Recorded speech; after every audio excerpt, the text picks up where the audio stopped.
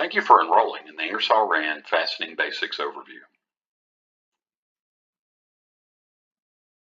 In this course, we will cover basic definitions, how a bolted joint works, the tightening curve, and tightening strategies.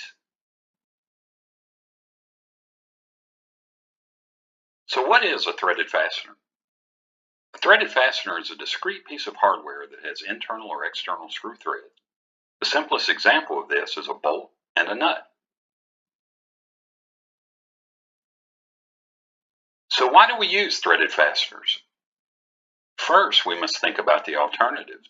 If we did not use threaded fasteners, we could weld components together, glue them, clamp them, or even rivet them. So why do we use threaded fasteners? The reason we use threaded fasteners is really pretty simple. It is for the ease of assembly and disassembly and the cost of repair, replacement, maintenance, and inspection. Imagine if we welded the wheels onto our cars. It would be extremely difficult and very costly just to have the brakes inspected or to replace the tires. When it comes to assembly, disassembly, repair, maintenance, and inspection, threaded fasteners are very cost-effective and secure.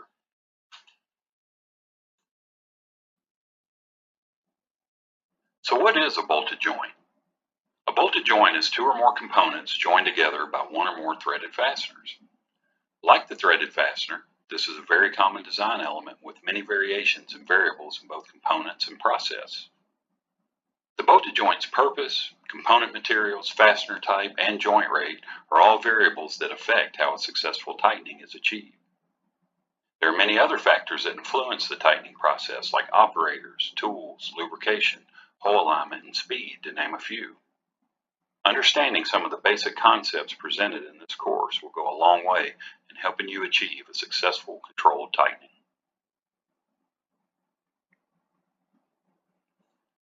What is torque? Torque is the measure of a twisting force. Torque equals force times distance. What do I mean by force times distance? If we were to place a torque wrench on a fastener and hang a 1 pound weight 1 foot from the center of the fastener, that would measure 1 foot-pound on the torque wrench. How does tightening a bolted joint? Generally, when tightening a bolted joint, the process will look something like this. Torque is applied to the fastener, causing the fastener to move along its threads, converting the rotary motion of the applied torque to a linear motion that's reducing the distance between the bolt and nut, which squeezes the joint components together. This condition is called snug. If we continue to apply torque, the bolt will stretch, creating tension in the fastener. The fastener, trying to return to its normal unstretched condition, much like a spring, creates and maintains a compressive stress in the bolted joint that continues to pull the components together after the torque is removed. That compressive stress in the joint that's maintained by the tension in the bolt is called clamp load. Clamp load is what we're trying to achieve in every tightening. Generally speaking, only 10% torque goes to stretching the bolt, creating tension in the fastener, and therefore developing clamp load. So where does the torque go? 90% of the torque is used to overcome friction. Approximately 40% of the applied torque is used to overcome thread friction, and another 50% is used to overcome underhead friction, meaning once the underhead of the fastener comes in contact with the joint, there's additional friction to overcome.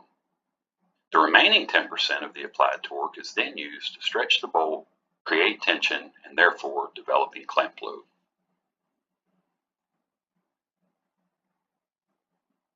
So let's take a different look at the influence of friction as it relates to developing clamp load. This graph shows a constant applied torque on two bolts, one that is lubricated, indicated by the yellow line, and one that is dry, indicated by the green line. These bolts have different coefficients of friction due to the fact that one has lubricated threads and the other has dry threads. Even though the same amount of torque was applied to both, you can see the difference in clamp load achieved, with the lubricated bolt achieving more clamp load with the same amount of applied torque due to its lower coefficient of friction. So although we spoke in generalities in the previous slide about 90% of the torque being used to overcome friction, The coefficient of friction impacts how much applied torque is required to achieve clamp load, and hopefully this helps you better understand the influence of friction on the tightening process.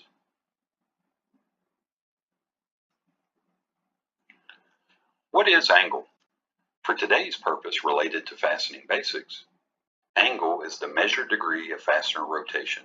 For example, one full rotation of the fastener being 360 degrees.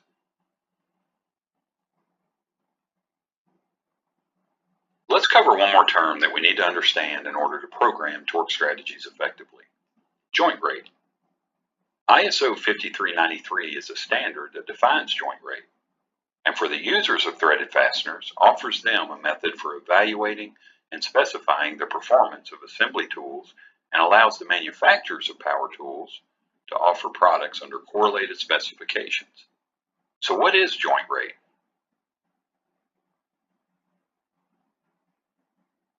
What is joint rate? Joint rate is the degree of fastener rotation required to go from snug to final torque. ISO 5393 defines a joint that requires 720 degrees or more from snug to final torque as a soft joint, and any joint that requires 30 degrees or less from snug to final torque as a hard joint. Most joints fall somewhere between. In the industry, some use somewhat relative terms like medium hard or medium soft to describe the joint rate, while others will call out the actual number of degrees of rotation required. For example, this is a 60-degree joint, or this is a 700-degree joint. You can see how either method would help you understand what kind of joint you're dealing with. Why does joint rate matter? It matters because how you program a tool to achieve a successful rundown is influenced by the joint rate.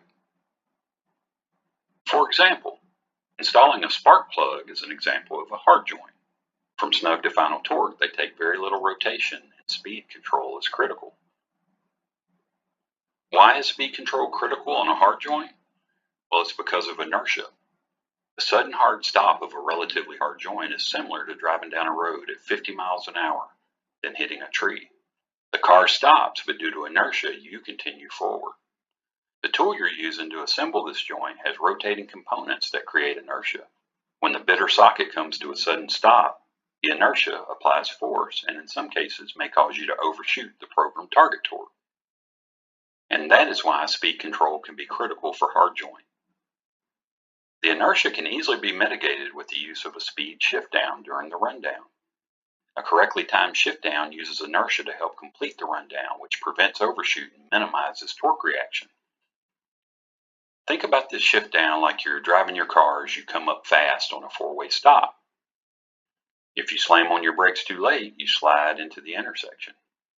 If you apply the brakes too early, you don't make it to the stop sign.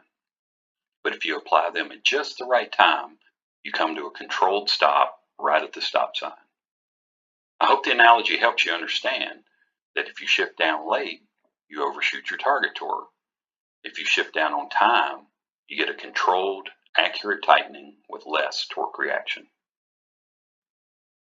On the other end of the spectrum is the soft joint, with a radiator hose clamp being a good example. As the clamp compresses the rubber hose, it takes a significant amount of rotation to go from snug to final torque. Inertia is usually not a factor in these applications, and speed control is less critical. On the next slide, we'll take a look at how similar joints can have different joint rates just by adding additional components. In this case, you have two joints. Both joints have machined steel blocks being pulled together, which would be a relatively hard joint. However, by adding two rubber gaskets and a deformed metal plate, the joint rate is affected by having to flatten the plate and compress the gaskets, making it a relatively soft joint. I hope this has helped you understand joint rate, because it is a key factor in how you will program a successful tightening.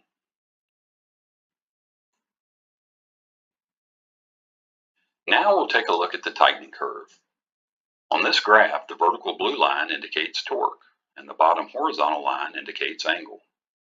For the purpose of this slide, think of angle as time, because as we continue to rotate the fastener and achieve more angle, we're moving through time. The white line indicates the applied torque as we rotate the fastener. In this example, we begin measuring torque and angle from snug, so you can see an immediate rise in torque as we rotate the fastener. A tightening can be broken down into two phases, the elastic phase and the plastic phase. The elastic phase is the range we can tighten the fastener in and it maintain its elastic properties, meaning that it has the ability to stretch but still return to its original size and shape. The point that you move from the elastic phase to the plastic phase is called the yield point. This is the point at which the fastener begins to lose its elastic properties and will not fully return to its original size and shape. If you continue to tighten in the plastic phase, the fastener will continue to stretch, getting smaller in diameter until it eventually breaks. Most tightenings are done in the elastic range. So why does this matter?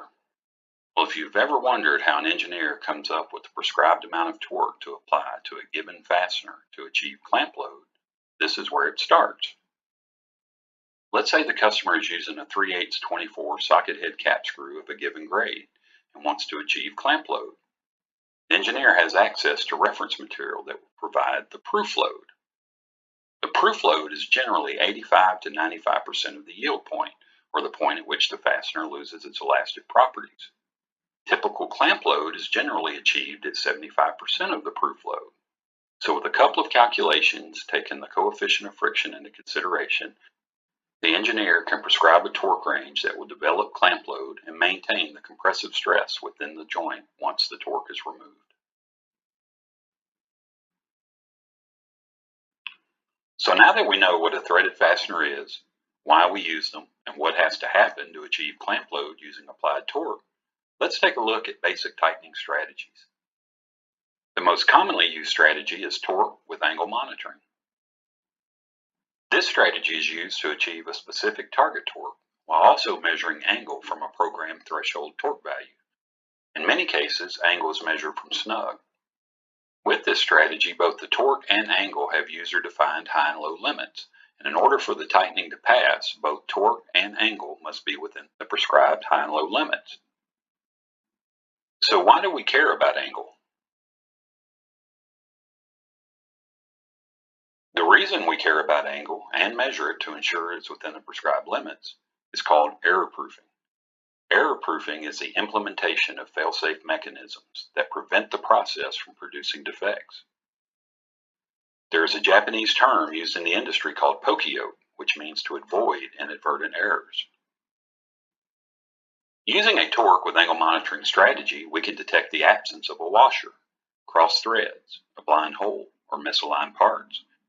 Additionally, we can identify stripped threads and cracked, split, or warped components. Using tightening strategies to error-proof the process can save time and money by ensuring that clamp load is achieved and quality is met.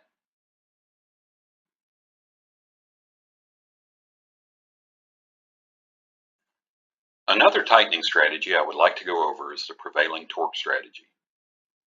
As you can see from the tightening signature, there is a cut-in torque early in the tightening that exceeds the desired 5 inch-pound final target torque. This can occur, for example, in applications where self-tapping screws, nylocks, or fasteners with thread adhesive patches are used. If a basic torque strategy were used with a target torque of 5 inch-pounds, the tool would achieve torque early in the tightening process without fully being seated or the fastener achieving clamp load. The prevailing torque strategy allows you to break the tightening down into 3 controllable zones that allow the fastener to fully seat and achieve clamp load.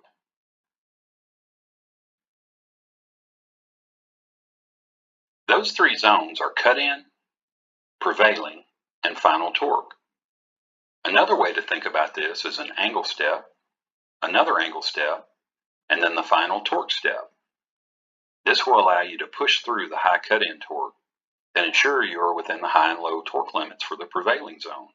Then simply seat the fastener to the desired torque to achieve clamp load. So here's another example of a prevailing torque signature where the cut-in torque exceeds the final torque of 6 Newton meters.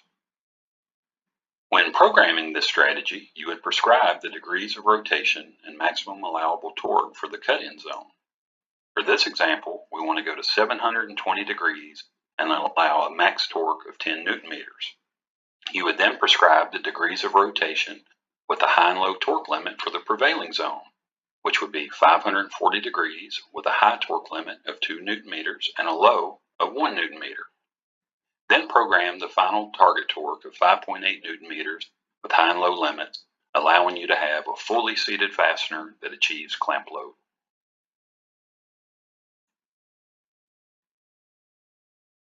I want to thank you for taking the Fastening Basics course. To recap, you should now have a basic understanding of what a threaded fastener is and why we use them.